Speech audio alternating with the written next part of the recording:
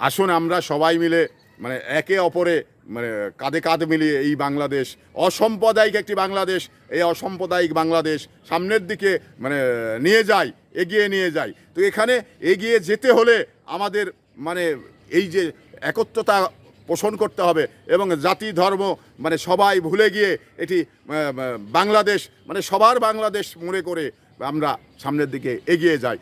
কিন্তু এই যে বিগত সময় যে ফ্যাসিস্টরা ছিল, এই বাংলাদেশটাকে যদি এই ধরনের চিন্তা চেতনা তাদের ভিতরে থাকতো, তাহলে বাংলাদেশ আজকে এত পিছিয়ে থাকতো না, বাংলাদেশে গণ অভ্যর্থন হতো না।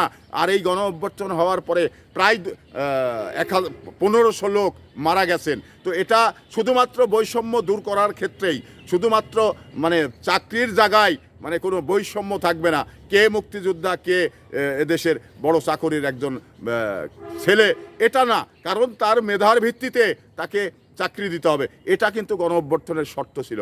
সেই শর্তে আমরা গণ অভ্যর্থনের পক্ষের যে রাজনৈতিক দল এবং জনতা এবং বিভিন্ন পেশাজীবী মানুষ তারা একমত পোষণ করেছিলেন।